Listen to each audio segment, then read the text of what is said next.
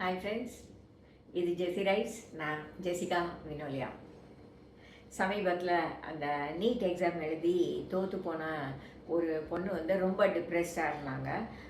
அவங்க இதை பல முறை இந்த எக்ஸாம் எழுதிட்டாங்க. அவங்க தோற்று போயிட்டாங்க. அப்போது அவங்கக்கிட்ட அவங்க அம்மா அப்பா தொடர்ந்து பேசிக்கிட்டே இருந்தாங்க. ஆனால் அந்த பொண்ணு எந்த பேச்சையுமே கேட்காம வீட்டை விட்டு வெளியே போகாமல் வீட்டுக்குள்ளேயே இருந்தாங்க. அவங்க எங்களுக்கு தூரத்து சொந்தம் ஆகையினால நான் அவங்கள பார்க்க போயிருந்தப்ப பேசினேன். அப்போ அவங்க சொன்னாங்க, எனக்கு வயசாயிடுச்சு, இனிமேல் நான் அந்த எக்ஸாமை எழுத முடியாது. அது அந்த இத்தனை தடவை தான் எழுதணும்னு இருக்கு போல். அந்த இதை என்னால் இனிமேல் தொடர்ந்து எழுத முடியாது. அப்போ நான் எனக்கான வாய்ப்புகள் போயிடுச்சு, இனி நான் டாக்டராக ஆகவே முடியாது அப்படின்னு அவங்க சொன்னாங்க. எங்கள் அப்பா அம்மா கிட்ட கொஞ்சம் காசு இருந்தால் மேனேஜ்மெண்ட் சீட்டாவது வாங்கியிருக்கலாம் அப்படின்னு சொன்னாங்க. நான் கேட்டேன், ஏம்மா டாக்டராக தான் ஆகணும்னு ஏதாவது கட்டாயம் இருக்கா அப்படின்னு. இல்லை, எல்லாருமே சொன்னாங்க நீ ரொம்ப புத்திசாலி, நீ டாக்டராக ஆயிடலான்னு சொன்னாங்க அப்படின்னு. நீங்கள் எல்லாரை பற்றியெல்லாம் கவலைப்படாத, உனக்கு என்ன விருப்பம், உன்னால் என்ன முடியும்னு நீ யோசி அப்படின்னு சொன்னேன். பல நேரங்களில் யார் யாருக்காகவோ நம்ம வாழ ஆரம்பிக்கிறோம். அதனால தான் சின்ன தோல்வி கூட நம்மளால் தாங்கிக்க முடியாமல் போகுது. ஒருத்தர் திருச்சபை எலெக்ஷனில் தோத்துட்டாரு அப்படின்னு சொல்லி வெளியிலேருந்து பெருசாக சத்தம் போட்டார், திட்டினார் எல்லாரையும். எனக்கு ஓட்டு போடாதவங்களையெல்லாம் நான் இனிமேல் அப்படி பண்ணுவேன் இப்படி பண்ணுவேன் அப்படின்னு ஏதாவது நிறைய திட்டினார். உண்மையில் அவருடைய பிரச்சனை அவர் அந்த எலெக்ஷனில் தோற்று போனது இல்லை. இதை வச்சு எனக்கு தெரிஞ்ச எல்லாரும் என்னைய அவமானப்படுத்துவாங்க, என்னைய ரொம்ப லோவாக மதிப்பு பண்ணுவாங்க அப்படிங்கிற பிரச்சனை தான் அவங்களுக்கு. நான் ஒரு பெரிய எலிவேட்டட் பொசிஷனில் இருந்துட்டேன், இனி நான் கீழே இறங்கி வந்துட்டேன்னா என்னை யாரும் மதிக்க மாட்டாங்க அப்படிங்கிற வருத்தம் தான். இது மாதிரி மனநிலை நம்ம நிறைய பேருக்கு இருக்குது. நாம் நினச்ச ஒன்று அடையிறதுக்கு ஏன் விரும்புகிறோம் அப்படின்னா, அதைத்தான் மற்றவங்க மதிப்பாங்க, அதுதான் ரொம்ப பெரிய இடம் அப்படின்னலாம் நாம் சில விஷயங்களை நினச்சி வைக்கிறோம்.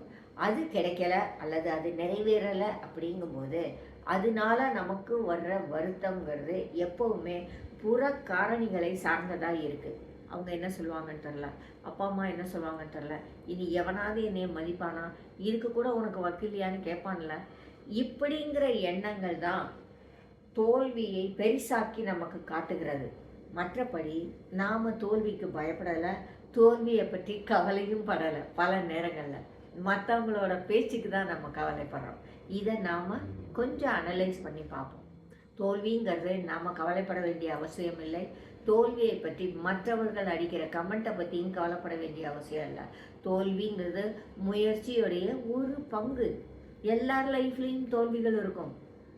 டாக்டரே ஆக முடியலை அப்படின்னா என்ஜினியர் ஆகுங்க, இல்லை ஐடி ஃபீல்டுக்கு போங்க. உலகத்தில் வேலையாக இல்லை, எவ்வளவோ வேலைகள் இருக்குது. எனக்கு தெரிஞ்ச ஒரு பெண்மணி ஃபாரின் கண்ட்ரியில் இருக்காங்க. நீங்கள் என்ன வேலை செய்கிறீங்கன்னு கேட்டதுக்கு அவங்க சொன்னாங்க, நான் நாய்களை வளர்க்குற ஒரு ஃபார்மில் நாய்களை பார்த்துக்கிறேன் அப்படின்னு சொன்னாங்க. ஆக்சுவலாக அவங்க மாஸ்டர் டிகிரி படித்தவங்க. நான் கேட்டேன், நீங்கள் எதுக்காக இந்த வேலைக்கு போனீங்க?